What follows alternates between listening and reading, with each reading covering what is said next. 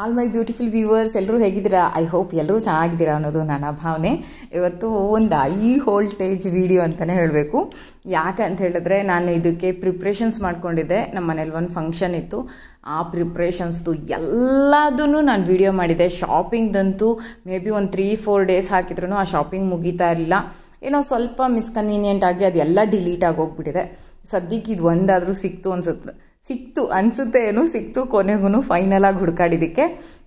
ಇದು ನಂಜುಂಡೇಶ್ವರು ಇಮಿಡಿಯೇಟ್ ಅವರೇನು ಮ್ಯಾಗಿ ಅವರು 2 ಮಿನಿಟ್ಸಲ್ಲಿ ರೆಡಿ ಆಗಿಬಿಡ್ತಾರೆ. ಮ್ಯಾಕ್ಸಿಗೆ ಹೋದ್ವಿ, ಅವ್ರಿಗೆ ಮಾತ್ರ ಬಟ್ಟೆ ತೊಗೊಂಡ್ವಿ. ಮದುವೆ ದಿವಸನೇ ಬಟ್ಟೆ ತೊಗೊಂಡಿದ್ದೀವಿ. ಅವರೇನು ಆ ಥರ ಈ ಥರ ಅಂತೇನಿಲ್ಲ, ಸುಮ್ಮನೆ ಡ್ರೆಸ್ ಚೆನ್ನಾಗಿರೋದು ತೊಗೊಂಡ್ರೆ ಮುಗೀತು. ನಂತರ ಎಲ್ಲ ತಲೆ ಕೆಡಿಸ್ಕೊಂಡು 8-10 ದಿವಸ ಶಾಪಿಂಗ್ ಮಾಡೋ ಅಂಥವ್ರಲ್ಲ ಅವರು. ಅವರಿಗೆ ಒಂದು 3-4 ಜೊತೆ ಇಷ್ಟ ಆಯಿತು. ಕೆಲವೊಂದು ಸೈಜ್ ಸಿಗಲಿಲ್ಲ, ಕೆಲವೊಂದು ಸೈಜ್ ಸಿಕ್ತು. ಆನ್ಲೈನಲ್ಲಿ ತೊಗೋಬೋದು ಅಂತ ಹೇಳಿದ್ರು. ಇಲ್ಲ, ಇವತ್ತು ಮದುವೆ ಇದೆ ಅಂತ ಹೇಳಿದ್ದಕ್ಕೆ ಸರಿ ನೋಡ್ತೀವಿ ಅಂತ ಹೇಳ್ಬಿಟ್ಟು ಸ್ವಲ್ಪ ಕನ್ವೀನಿಯೆಂಟ್ ಆಗಿರೋಂಥದ್ದು ಹುಡುಕಿ ಕೊಟ್ಟರು. ನನಗಂತೂ ಇಷ್ಟ ಆಯಿತು. ಫೈನಲಿ ಒಂದಷ್ಟು ಡ್ರೆಸ್ನೆಲ್ಲ ತೊಗೊಂಡ್ಬಿಟ್ಟು ಇಮಿಡಿಯೇಟಾಗಿ ಅಲ್ಲಿಂದ ಹೊರಟ್ವಿ. ಅವ್ರು ಬಿಲ್ಲಿಂಗಿಗೆ ಹೋದರು, ನಾನು ಸ್ವಲ್ಪ ನೋಡ್ತಾ ಇದ್ದೆ. ನೀವೇನಾದರೂ ಲೇಡೀಸ್ದು ನೋಡ್ತೀರಾ ಅಂದರು.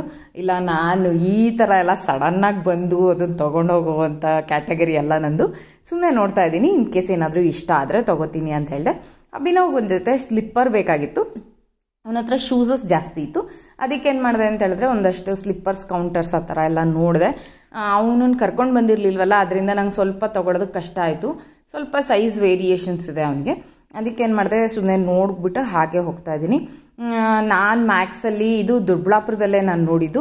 ಮ್ಯಾಕ್ಸಲ್ಲಿ ಕಲೆಕ್ಷನ್ಸ್ ಜಾಸ್ತಿ ಇತ್ತು, ಚೆನ್ನಾಗೂ ಇತ್ತು ಕಲೆಕ್ಷನ್ಸ್. ಬೇರೆ ಕಡೆ ಎಲ್ಲ ಜಾಸ್ತಿ ಹೇಗೆ ಕ್ವಾಂಟಿಟಿಲಿ ಕಲೆಕ್ಷನ್ಸ್ ಇತ್ತು ಅದೇ ಥರನೇ ಇತ್ತು. ನನಗೆ ಇಲ್ಲಿ ನಂಜುಂಡೇಶ್ವರಿಗೆ ಟೀ ಶರ್ಟ್ಸ್ ಇಷ್ಟ ಆಗುತ್ತೆ, ಅದರಿಂದ ಅದೇ ಥರದ್ದು ಕೊಡ್ಸೋಣ ಅಂತ ಅಂದ್ಕೊಂಡು ಹೋದ್ವಿ. ನಾನು ಅಂದ್ಕೊಂಡಿದ್ದ ಥರನೇ ಸಿಕ್ತು. ಬ್ಯಾಗೆಲ್ಲ ಮಸ್ತಾಗಿತ್ತು. ಇನ್ನೊಂದು ದಿವಸ ಹೋಗೋಣ ಅಂದ್ಕೊಂಡೆ, ಬ್ಯಾಗ್ ಕಲೆಕ್ಷನ್ಸ್ ಚೆನ್ನಾಗಿದ್ದರಿಂದ ನಂಗೆ ಹೋಗೋಕ್ಕೆ ಆಗಿರಲಿಲ್ಲ. ನೋಡೋಣ ನೆಕ್ಸ್ಟು. ಆದರೆ ಈ ವ್ಲಾಗ್ ಸಿಕ್ಕಿದ್ದು ಮಾತ್ರ ನಂಗೆ ಲಿಟ್ರಲಿ ತುಂಬಾ ಖುಷಿಯಾಯಿತು. ಯಾಕಂತ ಹೇಳಿದ್ರೆ, ಇದನ್ನು ಹಾಕಬೇಕು ಅಂತ ನಂಗೊಂದು ತುಂಬ ಆಸೆ ಇತ್ತು. ಎಲ್ಲ ಡಿಲೀಟ್ ಆಗೋಗ್ಬಿಟ್ಟಿತ್ತು. ಅದು ಹೆಂಗೋ ಇಟ್ಸ್ ಎ ಗಾಡ್ ಗಿಫ್ಟ್ ಅಂತಲೇ ಹೇಳಬೇಕು. ಫೈನಲಿ ಒಂದು ಸಿಕ್ತು, ಅದಕ್ಕೋಸ್ಕರ ಖುಷಿ. ಇಲ್ಲಿ ಕೆಲವು ಡ್ರೆಸ್ಸಸ್ ಇಷ್ಟ ಆಯಿತು ನನಗೆ, ಆದರೆ ಟೈಮ್ ಇರಲಿಲ್ಲ, ಚೇಂಜ್ ಮಾಡಿ ನೋಡೋ ಅಂಥ ಅಷ್ಟು ಟೈಮ್ ಇರಲಿಲ್ಲ. ಆಲ್ರೆಡಿ ನಮ್ಮಪ್ಪ ಕಾಲಿಂಗಲ್ಲಿದ್ದರು. ಯಾಕೆ ಅಂತ ಹೇಳಿದ್ರೆ, ನಾನು ಮನೇಲೇನು ಒಡವೆ ಇಟ್ಕೊಂಡಿರಲ್ಲ, ಬ್ಯಾಂಕಿಗೆ ಹೋಗಿ ತೊಗೊಂಡು ಬರಬೇಕಾಗಿತ್ತು. ಫಸ್ಟ್ ಬ್ಯಾಂಕಿಗೆ ಹೋಗಿ ಒಡವೆ ಎಲ್ಲ ತೊಗೊಂಡು ಆಮೇಲಿಂದ ಏನಾಯಿತು ಅಂತ ಹೇಳಿದ್ರೆ ಶಾಪಿಂಗಿಗೆ ಹೋಗಿದ್ದು. ನಂಜುಂಡೇಶ್ವರ್ ಏನೂ ಯೋಚನೆ ಮಾಡಲ್ಲ, ಇಷ್ಟ ಆಯಿತಾ ಪಟ್ ಅಂತ ಬ್ಯಾಗಿಗೆ ಹಾಕ್ಕೊಂಡು ಬರ್ತಾ ಇರ್ತಾರೆ. ನಾನು ಒಂದು ಬ್ಲೌಸ್ ತೊಗೊಳಕ್ಕೆ ಕನಿಷ್ಠ ಅಂದರೂ 3 ಡೇಸ್. ಆದರೆ ಅವ್ರು ಆ ಥರ ಅಲ್ಲ, ತುಂಬ ಇಮಿಡಿಯೇಟ್ ಮ್ಯಾಗಿ ಥರನೇ ರೆಡಿ ಆಗ್ತಾರೆ ಅಂತ ಹೇಳ್ಬೋದು. ಆಮೇಲೆ ಸೂಪರಾಗಿರೋ ಡ್ರೆಸ್ನೂ ಅಷ್ಟೇ ಆಯ್ಕೆ ಮಾಡ್ತಾರೆ. ಇದು ಬಜೆಟಲ್ಲಿ ಬರುತ್ತಾ, ಇದು ಅಲ್ಲಿ ಬರುತ್ತಾ, ಇಲ್ಲಿ ಬರುತ್ತಾ ಅಂತೆಲ್ಲ ಥಿಂಕ್ ಮಾಡಲ್ಲ ಅವರು. ಚೆನ್ನಾಗಿದೆಯಾ, ತಗೋ ನಡಿ ಮನೆ ಕಡೆ ಅಂತ.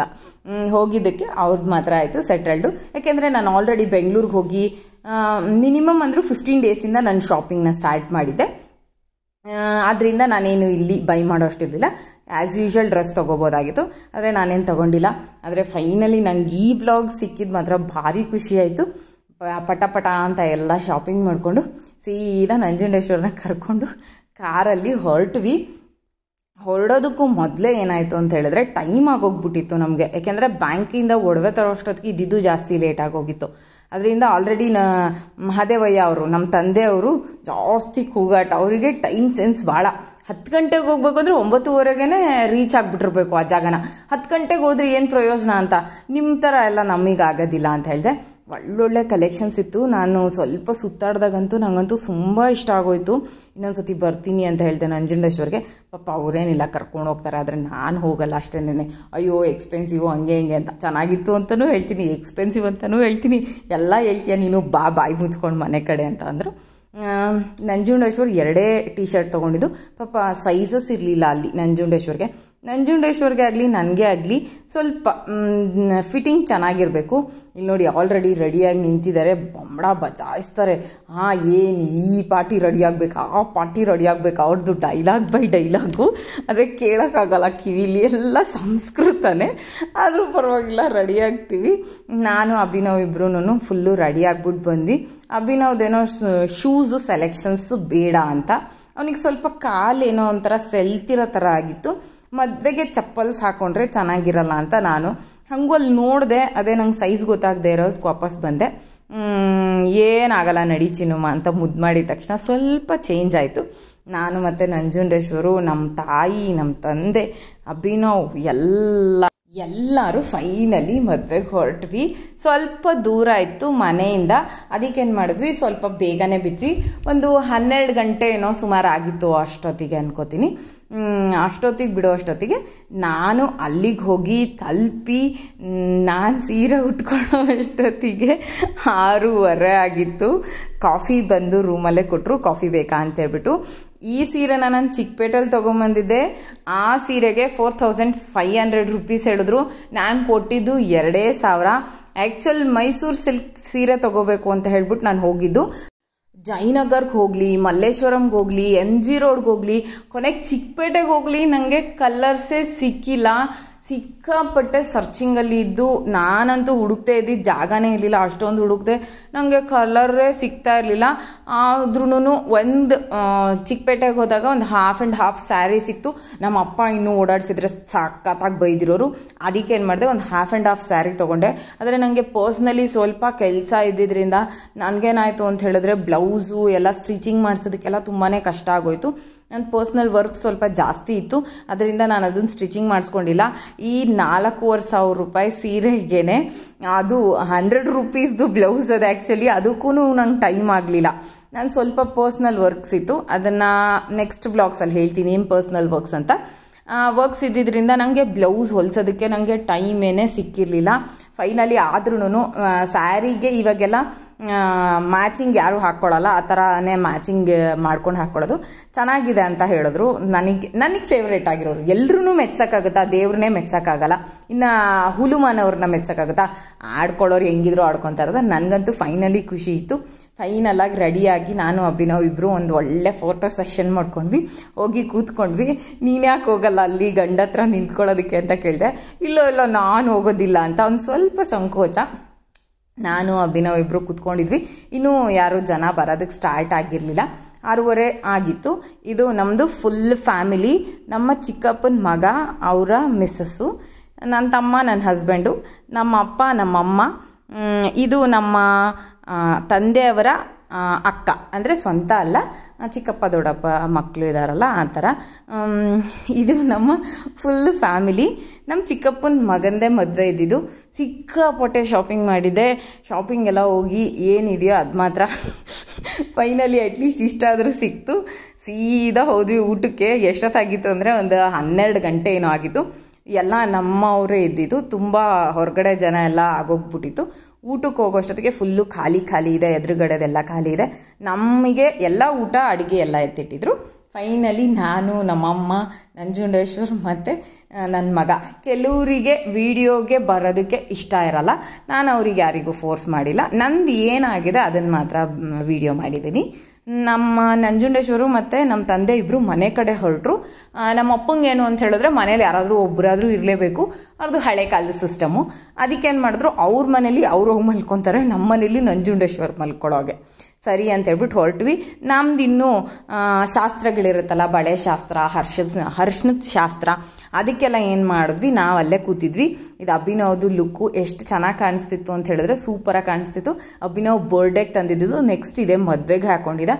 ನಾನು ಮದುವೆಗೆಲ್ಲ ಅವನಿಗೇನು ಡ್ರೆಸ್ ಕೊಡಿಸಲಿಲ್ಲ, ಯಾಕೆಂದರೆ ಈ ವರ್ಷ ಹಾಕ್ಕೊಂಡಿದ್ದು, ನೆಕ್ಸ್ಟ್ ಇಯರೇ ಹಾಕ್ಕೊಳ್ಳೋದು. ಯೂನಿಫಾರ್ಮ್ಸು ಅದು ಇದೆ ಜಾಸ್ತಿ ಇರುತ್ತೆ ಅವನಿಗೆ. ಅದಕ್ಕೆ ನಾನು ಮದುವೆಗೆ ಅಂತ ಅವನಿಗೋಸ್ಕರ ಅಂತ ಏನೂ ಬೈ ಮಾಡಿಲ್ಲ. ಸ್ವಲ್ಪ ಡ್ರೆಸ್ಸಸ್ನ ತೊಗೊಂಡಿದ್ದೆ, ಅಂದರೆ ಮಾಮೂಲಿ ಡ್ರೆಸ್ಸಸ್ ಹೋಗಿದ್ನಲ್ಲ ಅಲ್ಲಿ ಶಾಪಿಂಗಲ್ಲಿ ಇಷ್ಟ ಆಗಿದ್ದು ಕೆಲವು ಡ್ರೆಸ್ಸಸ್ನ ನಾನು ತೊಗೊಂಡಿದ್ದೆ. ನಮ್ಮಮ್ಮ ಇವಾಗ ಇಲ್ಲಿ ಕೂತ್ಕೊಂಡಿದ್ದಾರೆ ನೋಡ್ರಿ, ಅವ್ರು ಉಟ್ಕೊಂಡಿದ್ದಾರೆ ಮೈಸೂರು ಸಿಲ್ಕು ಪ್ರಿಂಟೆಡ್ ಸ್ಯಾರಿ. ಅವ್ರದ್ದೇನು ಅಂತ ಹೇಳಿದ್ರೆ ಹೋದ್ಮೇಲೆ ಏನಾದರೂ ಆಗಲಿ ಸರಿ, ನಾನು ಇಷ್ಟ ಆಗಲಿ ಬಿಡಲಿ, ಹೋಗಿದ್ದೀವಿ ನಾವು ಸೀರೆ ತೊಗೋಬೇಕು ಅಂತ ಹೇಳ್ಬಿಟ್ಟು ಅವ್ರು ತಗೊಳ್ಳೋದು. ನಂದು ಆ ಥರ ಅಂತ ಅಲ್ಲ, ಹೋದ್ಮೇಲೆ ನನಗಿಷ್ಟ ಆಗೋದು ಹುಡುಕಿ ತಡ್ಕಿನೋ ಗಲಾಟೆ ಮಾಡಿನೋ ತೊಗೋತೀನಿ. ಯಾವುದೇ ಕಾರಣಕ್ಕೂ ಸಿಕ್ಕಿದ್ದನ್ನೆಲ್ಲ ತೊಗೊಂಡ್ಬಿಟ್ಟು ಬರಲ್ಲ ನಾನು. ಒಂದೇ ಸೀರೆ ನಂಗೆ ಇಷ್ಟ ಆಗಿದ್ದು, ಒಂದೇ ತೊಗೊಂಬಂದಿದ್ದು. ನಮ್ಮ ಅಪ್ಪ ಅಂತೂ ಸಿಕ್ಕಾಪಟ್ಟೆ ಬೈತಾರೆ, ಹೋದ್ಮೇಲೆ ಏನು ತೊಗೊಳಕ್ಕೆ ದಾಡಿ ದೊಡ್ಡ ರೋಗ ಅಂತೆಲ್ಲ. ಆದರೆ ನಾನು ಆ ಥರ ಅಲ್ಲ, ನಂಗೆ ಇಷ್ಟ ಆಗಿದ್ದು ಮಾತ್ರನೇ ಬೈ ಮಾಡ್ತೀನಿ. ಬಳೆ ಶಾಸ್ತ್ರಕ್ಕೆ ಬಳೆ ತೊಡಿಸ್ತಾಯಿದ್ರು, ನಾನು ಜಾಸ್ತಿ ಹಾಕ್ಕೊಳಲ್ಲ ಅಂತ ಹೇಳಿದೆ. ಸುಮ್ಮನೆ ಏನಕ್ಕದು, ನನ್ನ ಮದುವೆದು ಇನ್ನೂ ಕಪ್ಪು ಕಲರ್ದು ಬಳೆಗಳನ್ನ ನಾನು ಹಾಗೆ ಇಟ್ಟಿದ್ದೀನಿ. ಅದು ಮೆಮೊರೀಸ್ ಅಂತ, ಮತ್ತು ನಂಗೆ ಇಷ್ಟ ಅಂತಲೂ ಕೂಡ. ಸುಮ್ಮನೆ ಅಲ್ಲಿ ಬಳೆಗಳು ಹಾಕ್ಕೊಂಡು ಮತ್ತೆ ನಾಳೆ ಸೀರೆ ಉಟ್ಕೊಡ್ಬೇಕಾದ್ರೆ ಅದನ್ನೆಲ್ಲ ತೆಗೆದಿಡ್ತೀವಿ. ಇವಾಗ ತುಂಬ ಫ್ಯಾಷನ್ಗೆ ಕಾಲ ಜಾಸ್ತಿ.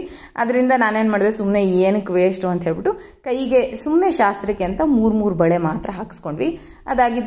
ಅದಾಗಿದ್ದ ನಂತರನೇ ನೆಕ್ಸ್ಟು ಅರಿಶಿಣದ ಶಾಸ್ತ್ರ ಆಯಿತು. ಅಭಿನವ್ಗೆ ಹೊಸ ಜಾಗ ಆಗಿದ್ದರಿಂದ ಪಾಪ ನಿದ್ದೆನೇ ಬಂದಿರಲಿಲ್ಲ. ಅವನು ನಮ್ಮ ಜೊತೆ 3 ಗಂಟೆ ಆಗಿತ್ತು.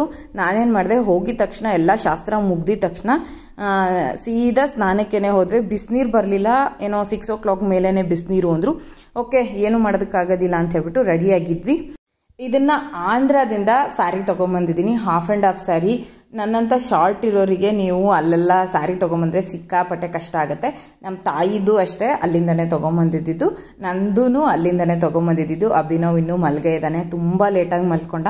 ನಾವು ಅದಕ್ಕೆ ಎಬ್ಬರಿಸಲಿಲ್ಲ. ನಾನು ಅಮ್ಮ ರೆಡಿ ಆಗಿಬಿಟ್ಟು ಶಾಸ್ತ್ರಕ್ಕೆಲ್ಲ ಲೇಟ್ ಆಗುತ್ತೆ ಅಂತ ಹೇಳ್ಬಿಟ್ಟು ಇಬ್ಬರು ಕೆಳಗಡೆ ಹೊರಡೋಣ ಅಂತ ಹೊರಡ್ತಾ ಇದ್ವಿ. ಕಾಫಿ ಬಂತು, ಅಲ್ಲೇ ಕಾಫಿ ಇಸ್ಕೊಂಡು ಕುಡಿದ್ವಿ. ನಾನಂತೂ ಸೂಪರಾಗಿ ರೆಡಿಯಾಗಿದೆ. ನಾನು ಏನೂ ಮೇಕಪ್ ಮಾಡಲ್ಲ.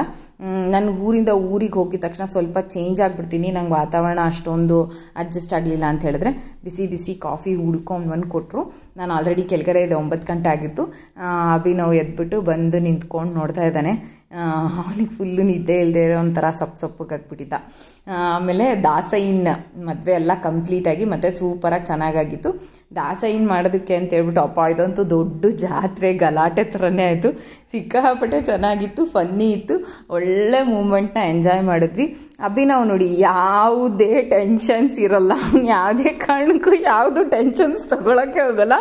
ಅವನು ಒಂದು ಕಡೆ ಸೀರಿಯಸ್ಸಾಗಿ ಕೂತ್ಕೊಂಡು ಅವನದೇನೋ ಅದೇ ಆ್ಯಕ್ಟಿವಿಟೀಸ್ ಮಾಡ್ತಾ ಇರ್ತಾನೆ. ನಾವಲ್ಲಿ ಮದುವೆ ಬಿಸಿಲಿದ್ರೆ ಅವ್ನ ಪಾಡಿಗೆ ಅವ್ನು ಬಂದು ಕೂತ್ಕೊಂಡು ಆರಾಮಾಗಿದ್ದಾನೆ. ಅವ್ನು ಯಾರ ವಿಷಯಕ್ಕೂ ಟೆನ್ಷನ್ ತೊಗೊಳ್ಳಲ್ಲ. That is Abhinav. ಆರಾಮಾಗಿ ತುಂಬ ಖುಷಿಯಾಗಿ ತುಂಬ ಒಂದು ಮೂಮೆಂಟ್ ಇತ್ತು, ತುಂಬ ಒಳ್ಳೆ ಮೂಮೆಂಟ್ಸು. ಕೆಲವ್ರಿಗೆ ಇಷ್ಟ ಆಗುತ್ತೆ, ಕೆಲವ್ರಿಗೆ ಇಷ್ಟ ಆಗಲ್ಲ. ನಾನು ಎಲ್ರದ್ದು ವೀಡಿಯೋಸ್ನ ಮಾಡೋದಕ್ಕೆ ಹೋಗೋದಿಲ್ಲ. ನಮ್ಮದು ಏನು ಸ್ಪೆಷಲ್ ಮೂಮೆಂಟ್ ಇತ್ತು ಅದನ್ನು ಮಾತ್ರ ನಾನು ಈ ವ್ಲಾಗಲ್ನ ಆ್ಯಡ್ ಮಾಡ್ತಾ ಇದ್ದೀನಿ. ಬೇರೆ ಎಲ್ಲ ವಿಷಯಕ್ಕೂ ನಾನು ತಲೆ ಕೆಡಿಸ್ಕೊಳ್ಳೋಕೆ ಹೋಗಲ್ಲ. ಎಲ್ಲರೂ ಮೆಚ್ಚಿಸೋದಕ್ಕಾಗೋದಿಲ್ಲ ಅಂತ ನಾನು ಆಲ್ರೆಡಿ ಹೇಳಿದೆ. ನಾವು ಎಲ್ಲ ಫಂಕ್ಷನ್ಸ್ ಎಲ್ಲ ಮುಗೀತು, ಸುಮಾರು ಒಂದು 3 ಗಂಟೆನೋ ಏನೋ ಆಗ್ತಾ ಬಂದಿತ್ತು. ಫುಲ್ಲು ಟಯರ್ಡ್ ಆಗಿಬಿಟ್ಟಿದೆ. ಸೀರೆ ಎಲ್ಲ ಸಿಕ್ಕಾಪಟ್ಟೆ ವೆಯ್ಟು. ನಾನು ಒಂದೇ ಜೊತೆ ಡ್ರೆಸ್ ತೊಗೊಂಡು ಹೋಗಿದ್ದೆ. ನೆನ್ನೆ ಶಾಸ್ತ್ರಕ್ಕೆ ಹಾಕ್ಕೊಂಡಿದ್ದೆ, ಮತ್ತೆ ಬೆಳಗ್ಗೆ ಸೀರೆ ಎಲ್ಲ ಬಿಚ್ಚಿದ ಮೇಲೆ ಹಾಕ್ಕೊಂಡು ಮತ್ತೆ ಮನೆ ಕಡೆ ರಿಟರ್ನ್ ಹೊರಟ್ವಿ.